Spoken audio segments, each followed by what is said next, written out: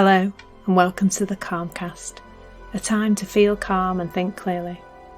I'm Claire Downham, the Queen of Calm, a transformational life coach.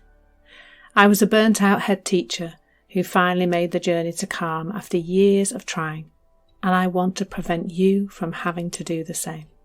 The Calmcast is a series of short explorations, gently guiding you back to your natural state, which is calm and clarity. Just listen like you would listen to music, with an open mind and curiosity. There's nothing else to do. Now let's relax into today's episode. So today I am talking about control. Control and I had a very long relationship.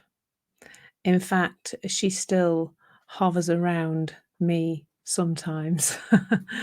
I don't always notice, but she's definitely there some of the time. I think my relationship with control went through two very distinct phases. The first being the phase where I tried to control the outside world. And that will have been really, for a long time, really probably, well, I don't really know, at least from when I got married in 1997, so quite a long time. So it involved trying to control my ex-husband and his behaviour and how he was, trying to control my children, not just how they behaved, but how they were doing in the world, making their circumstances be just right. I mean, there was definitely a sense of not wanting anybody in my world to even do something wrong on the road. There was some anger around the fact I couldn't control other people pulling out in front of me at a roundabout or whatever else. And there was a big chunk of control around my own progress through my career. Right from when I joined the primary school education profession, I wanted to be a head teacher. And so that determination underpinned everything I did after that. Moving jobs every few years, even with a very young family, going for promotion after promotion, determined to reach headship. And then after that, being determined to get to a subsequent headship that was more responsibility. And when I look back on that period, I used to talk about it just being very busy, that I did a lot. But now I can really see that what I was trying to do was engineer my outside circumstances in order that I could be okay. There was a distinct sense that if everything in my world fell into place, if it was all just as I wanted it to be, there would be this beam of golden light that would literally hit me on the top of the head and mean that I would be happy. And it was that seeking that led to burnout. And I've spoken before about it being like the old arcade game, which was back in the day called wack-a-mole, which was where little plastic mole heads would pop out of a machine, which you would then hit with a hammer in order to try and make them go down. But it was the thing to know about this phase of control, and particularly if you have noticed that you've got this idea that if you keep going, if you keep improving things, that eventually you will feel somehow different. The thing to know is that is not really where happiness comes from. I think that's the thing to know, is that happiness doesn't come from the outside. We can't manufacture happiness by controlling our circumstances. Because even if we reach a point where we seem to have all the moles heads down just for a little while because of the nature of life, because life is this, it's a contact sport. Life is, the nature of life is that it is fluctuating and changing all the time, just like the weather.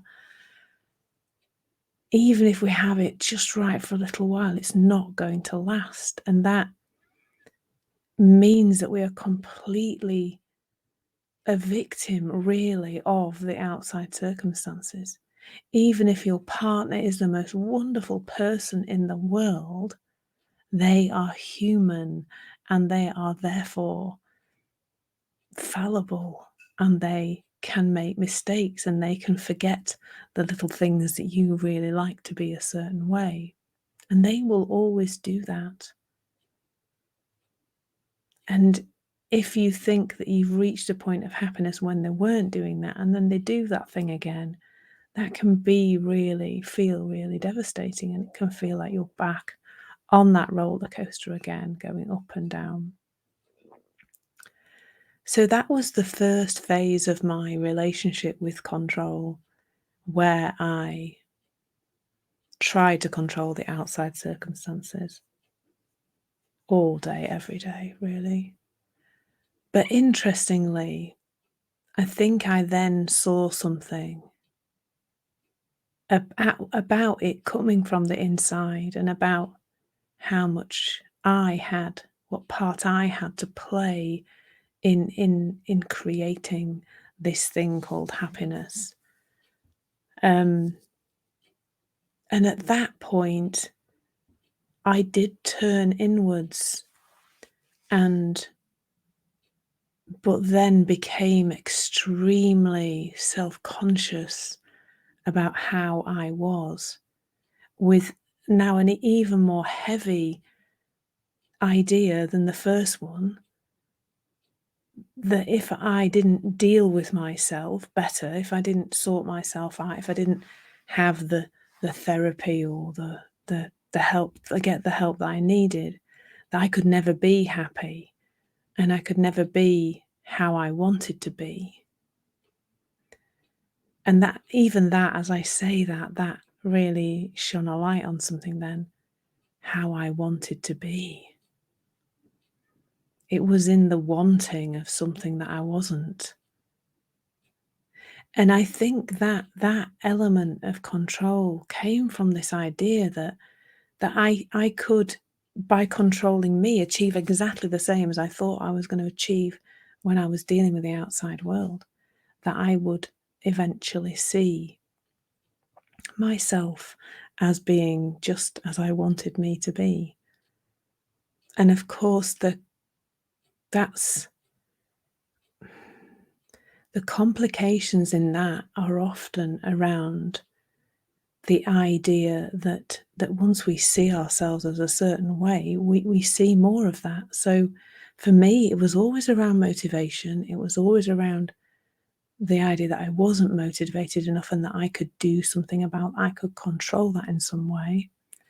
And then when I didn't feel motivated, I really noticed that, and I really felt I had to do something about it. So I was trying to control myself.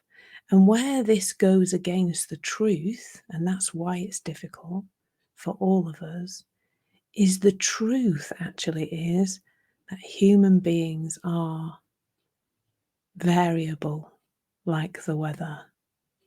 Emotionally, we are variable. Motivation-wise, we are variable.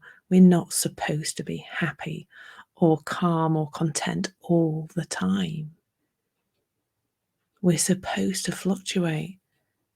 So if you're trying to control yourself and make yourself feel or think or behave in a certain way consistently, that can be another place where control can become utterly exhausting.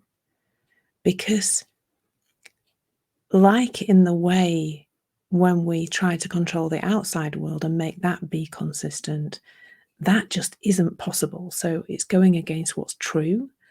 It's the same with us. If you're trying to make yourself be a certain way all the time, You are going against what is true, what is fact. Fact is that humans are variable, changeable, never one thing for more than a few minutes, really.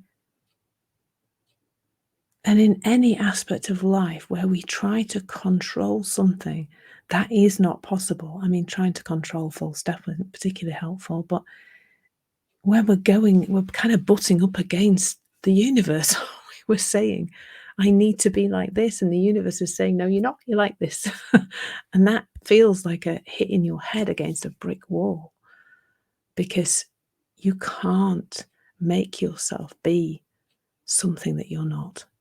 And if you're human, you are not going to be perfect, in inverted commas, all the time, whatever your version of that is. Just accepting that can be such a relief. Just going, oh yeah, I'm human, therefore I am supposed to be variable. Oh yes, I live in the human plane, the human physical plane, and that is also supposed to be variable, can be such a relief, because it takes a whole load of things off your plate in terms of trying to control so many things. So just bringing some awareness to this, just noticing how life and you are playing out on a day-to-day basis can be really helpful.